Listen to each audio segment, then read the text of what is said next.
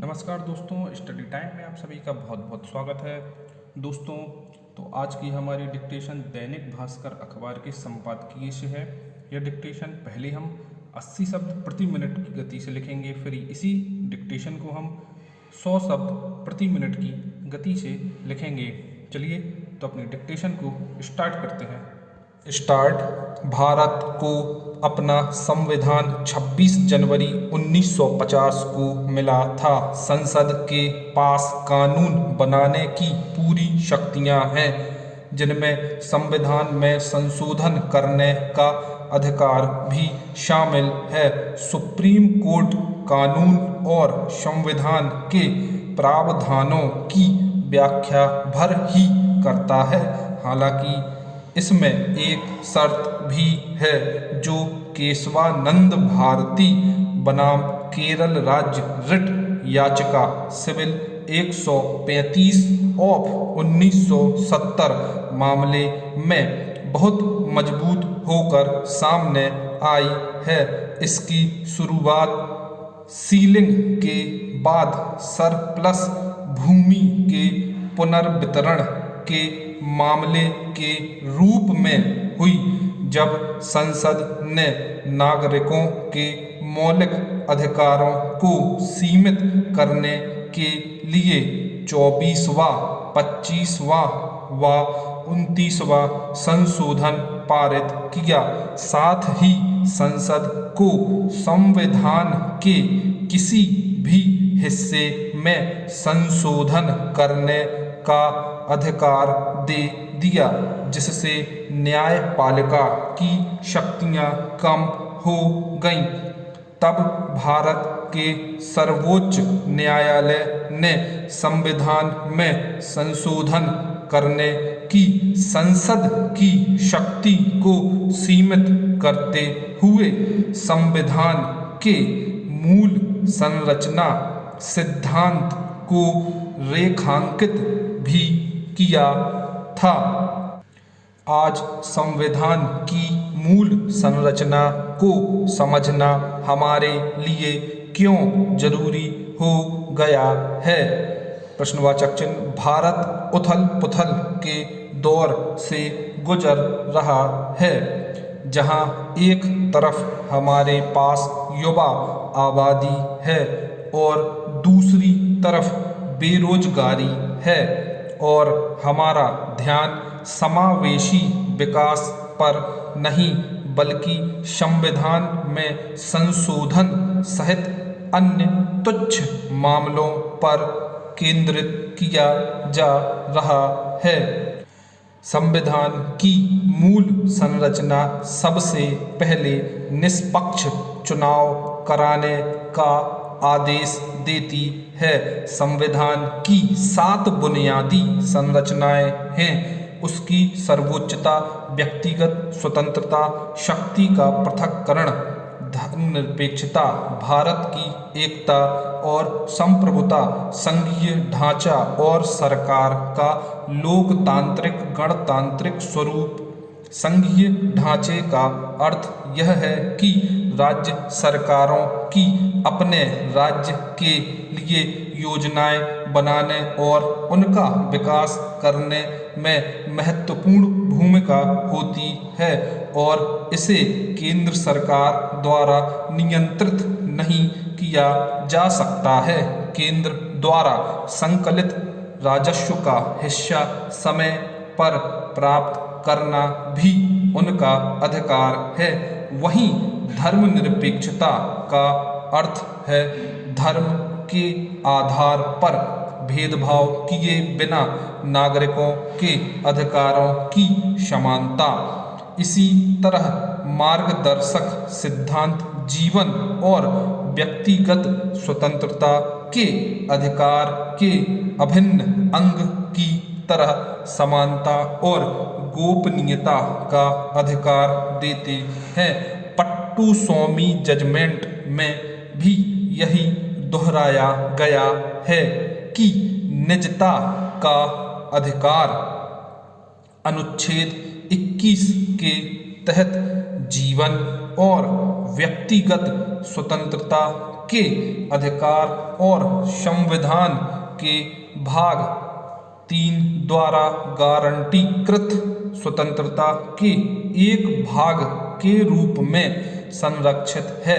इस मामले में 9 न्यायाधीशों की पीठ ने सर्वसम्मति से भारत के संविधान के तहत निजता के अधिकार को मौलिक अधिकार के रूप में दोहराया। दोस्तों, अब हम इसी डिक्टेशन को 100 शब्द प्रति मिनट की गति से लिखेंगे। स्टार्ट। भारत को अपना संविधान 26 जनवरी 1950 को मिला था। संसद के पास कानून बनाने की पूरी शक्तियां हैं, जिनमें संविधान में संशोधन करने का अधिकार भी शामिल है। सुप्रीम कोर्ट कानून और संविधान के प्रावधानों की व्याख्या भर ही करता है। हालांकि इसमें एक शर्त भी है जो केशवानंद भारती बनाम केरल राज्य रिट याचिका सिविल 135 ऑफ 1970 मामले में बहुत मजबूत होकर सामने आई है। इसकी शुरुआत सीलिंग के बाद सरप्लस भूमि के पुनर्वितरण के मामले के रूप में हुई, जब संसद ने नागरिकों के मौलिक अधिकारों को सीमित करने के लिए 24वां, 25वां व 29वां संशोधन पारित किया। साथ ही संसद को संविधान के किसी भी हिस्से में संशोधन करने का अधिकार दे दिया, जिससे न्यायपालिका की शक्तियां कम हो गईं। तब भारत के सर्वोच्च न्यायालय ने संविधान में संशोधन करने की संसद की शक्ति को सीमित करते हुए संविधान के मूल संरचना सिद्धांत को रेखांकित भी किया था। आज संविधान की मूल संरचना को समझना हमारे लिए क्यों जरूरी हो गया है? प्रश्नवाचक चिन्ह। भारत उथल पुथल के दौर से गुजर रहा है, जहां एक तरफ हमारे पास युवा आबादी है और दूसरी तरफ बेरोजगारी है, और हमारा ध्यान समावेशी विकास पर नहीं बल्कि संविधान में संशोधन सहित अन्य तुच्छ मामलों पर केंद्रित किया जा रहा है। संविधान की मूल संरचना सबसे पहले निष्पक्ष चुनाव कराने का आदेश देती है। संविधान की 7 बुनियादी संरचनाएं हैं। उसकी सर्वोच्चता, व्यक्तिगत स्वतंत्रता, शक्ति का पृथक्करण, धर्मनिरपेक्षता, भारत की एकता और संप्रभुता, संघीय ढांचा और सरकार का लोकतांत्रिक गणतांत्रिक स्वरूप। संघीय ढांचे का अर्थ यह है कि राज्य सरकारों की अपने राज्य के लिए योजनाएं बनाने और उनका विकास करने में महत्वपूर्ण भूमिका होती है, और इसे केंद्र सरकार द्वारा नियंत्रित नहीं किया जा सकता है। केंद्र द्वारा संकलित राजस्व का हिस्सा समय पर प्राप्त करना भी उनका अधिकार है। वहीं धर्मनिरपेक्षता का अर्थ है धर्म के आधार पर भेदभाव किए बिना नागरिकों के अधिकारों की समानता। इसी तरह मार्गदर्शक सिद्धांत जीवन और व्यक्तिगत स्वतंत्रता के अधिकार के अभिन्न अंग की तरह समानता और गोपनीयता का अधिकार देते हैं।